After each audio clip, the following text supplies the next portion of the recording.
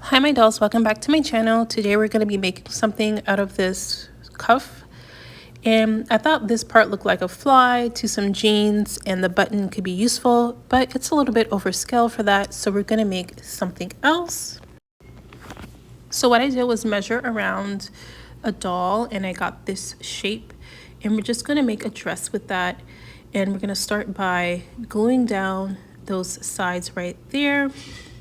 And we're also going to glue down this part. Now, if you want to sew, you can also hem it. Here is how that should look.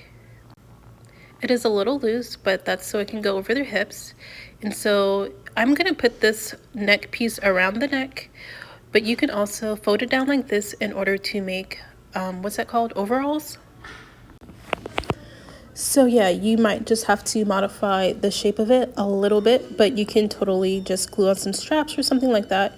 So this is the neck piece that I'm making, and we're just going to attach that separately, but I'm just testing it out here. And I'm actually going to gather that neck part just to make it a little bit easier. And I'm also going to sew that onto the neck piece.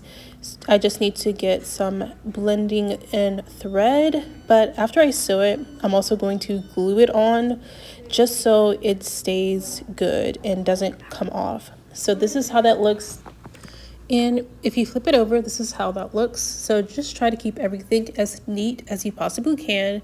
And so for parts like this that's fraying, you can just run some glue under there. Glue stops fraying. Now, if you are up to it, you can always put a fastener here to cinch in the waist part of it, but I'm thinking I may make a shirt to tuck into this dress, so I'm gonna leave it like this. It's just a fun, easy project for you to do. So that was a standard doll. This is a tall doll, so it doesn't quite cover her little thigh ridges or whatever, but petite, this will probably work for as well, even though the waist will be a little bit loose. So that's gonna do it for the video. Thank you so much for watching, and I'll catch you in the next one. Bye.